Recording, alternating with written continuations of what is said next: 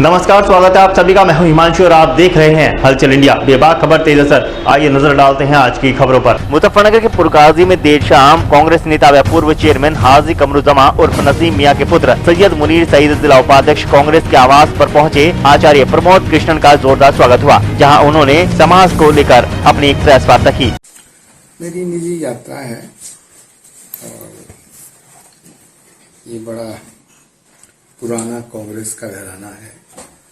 मुल्क की आज़ादी की लड़ाई में भी यहाँ के लोगों ने बड़ी महत्वपूर्ण भूमिका निभाई है। तो हमारे जिला अध्यक्ष जी की भी इच्छा थी कि मैं यहाँ हूँ, तो मैं आज आए। मुझे यहाँ आके बड़ा अच्छा लगा। पुरानी हवेली, सब पुरानी रवायतें। बाकी आप कुछ सवाल पूछना चाहें तो मुझसे सियासत सर, कन्याकुमारी से कश्मीर तक अभी राहुल जी ने पद यात्रा की उससे आप किस तरीके से देख रहे हैं 2024 के चुनाव में? सर देखिए, इस देश में यात्राओं ने सियासत बदली है। विनोबा भावे जी की यात्रा, महात्मा गांधी जी की यात्रा, चंद्रशेखर की यात्रा, जितनी भी यात्राएं हुई हैं, उन्होंने इस देश की सियासत पर बहुत ही गहरा असर छोड़ा है। तो राहुल गांधी जी की जो यात्रा है, मुझे लगता है कि लोगों के जहन में ये बात आई है कि एक ऐसा शख्स है हिंदुस्तान की सियासत में जो सत्ता के स्वार्थ के बिना इस देश की एकता के लिए पैदल चल रहा है। तो मुझे लगता है कि फर्क पड़ेगा और 2024 में हालात बदलेंगे, ऐसा हमें लगता है। बाकी अभी 1 साल बचा है। सही फैसला और जो भी फैसला है वो तो आवाम के हाथ है, लेकिन हमें ऐसा लगता है कि 2024 में हालात बदलेंगे। सर, जैसा आजकल बहुत बड़ा मुद्दा हो रहा है गाने वाला मामला जी, इसमें आप क्या कहेंगे सर? पूरे देश में आकार मचाया, संसद से लेकर ग्रामीण स्तर तक। देखिए, बिना आग के धुआं नहीं होता है। तो कुछ ना कुछ तो है जिसको गवर्नमेंट छुपाना चाहती है।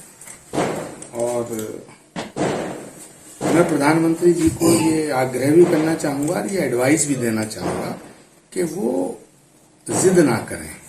मुल्क का जो वजीर आजम होता है, प्राइम मिनिस्टर होता है, प्रधानमंत्री होता है, वो पूरे देश का होता है। जब प्रधानमंत्री बन जाता है, मुख्यमंत्री बन जाता है आदमी, तो फिर वो पूरे सूबे को और पूरे देश को रिप्रेजेंट करता है। तो अगर कुछ लोगों के दिमाग में और मन में ये आशंका आई है या ये सवाल खड़ा हुआ है कि बड़ा घोटाला हो रहा है, तो अडानी की जांच क्यों नहीं हो सकती? इस देश में महात्मा गांधी के ऊपर सवाल खड़ा किया जा सकता है, नेहरू जी के ऊपर सवाल खड़ा किया जा सकता है, तो अडानी के ऊपर क्यों नहीं खड़ा किया जा सकता है?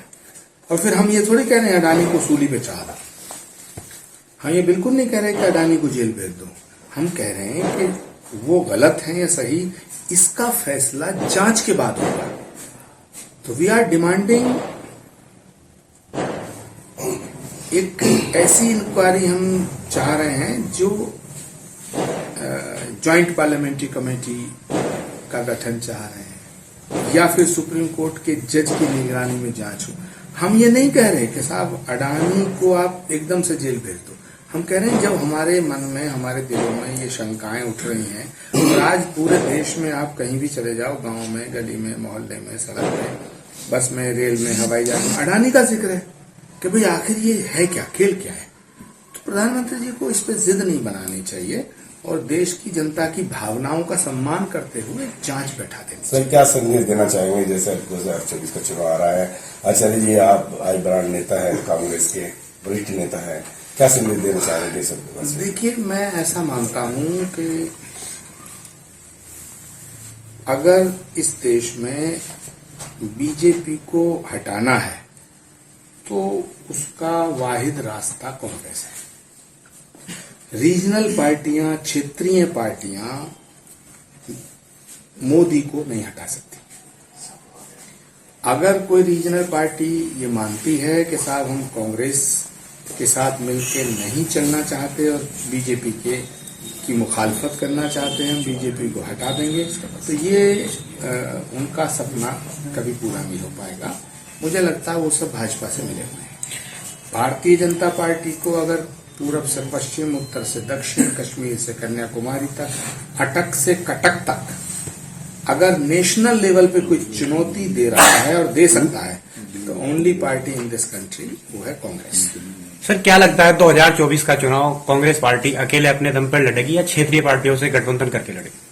नहीं, हमें गठबंधन की कोई जरूरत नहीं है। क्षेत्रीय पार्टी ये फैसला क्षेत्रीय पार्टियों को करना है कि क्या वो मोदी को हटाना चाहते हैं, बीजेपी को हटाना चाहते हैं या नहीं।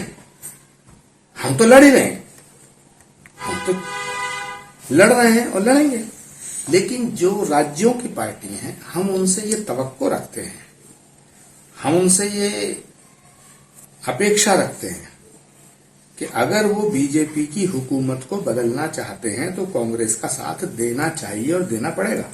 हम कोई डर के राजनीति नहीं कर रहे हैं। ठीक है सर। बीजेपी हमारे लिए बहुत बड़ा हमें नुकसान कर रही है और उन्हें फायदा कर रही है, हमें इस बात की फिक्र नहीं है। राहुल गांधी के घर सीबीआई घुसती है, ईडी बुलाती है, सोनिया गांधी को ईडी तलब करती है, सोनिया गांधी के दामाद को ईडी तलब करती है, लेकिन बाकी क्षेत्रीय दलों के घरों में ईडी नहीं जाती है। ये सोचना पड़ेगा देश की जनता को, देश की आवाम को कि ये है क्या, ये रिश्ता क्या कहलाता है। जो रीजनल पार्टियां जब उन पर मुसीबत आई है, क्षेत्रीय दलों पर जब मुसीबत आई है, बीजेपी से वो लड़ते हैं, और जब वो परेशान होते हैं तो कांग्रेस पार्टी ने हमेशा रीजनल पार्टीज को सपोर्ट किया है। लेकिन अफसोस की बात यह है कि जब हमने राज्यों में उनकी सरकारों को बनवाने में भी महत्वपूर्ण भूमिका निभाई है, लेकिन अफसोस की बात यह है कि वो राज्यों में भी खुद चाहते हैं और केंद्र में भी चाहते हैं। तो भाई राज्यों के मुख्यमंत्री आपके होंगे और केंद्र का प्रधानमंत्री आपका होगा तो हम क्या कीर्तन करेंगे? This is very big question. तो ये फैसला नीतीश कुमार जी को करना है, ये फैसला अखिलेश यादव जी को करना है, ये फैसला लालू यादव जी की पार्टी को करना है, ये फैसला शरद पवार जी को करना है, ये फैसला रीजनल पार्टीज को करना पड़ेगा कि यदि बीजेपी को हटाना है तो कांग्रेस का साथ देना पड़ेगा। ठीक है सर, बहुत वक्त हो चला है आपसे विदा लेने का। कल फिर होंगे हाजिर कुछ नई और ताजा खबरों के साथ। तब तक के लिए नमस्कार। देखते रहिए हलचल इंडिया, बेबाक खबर तेज असर।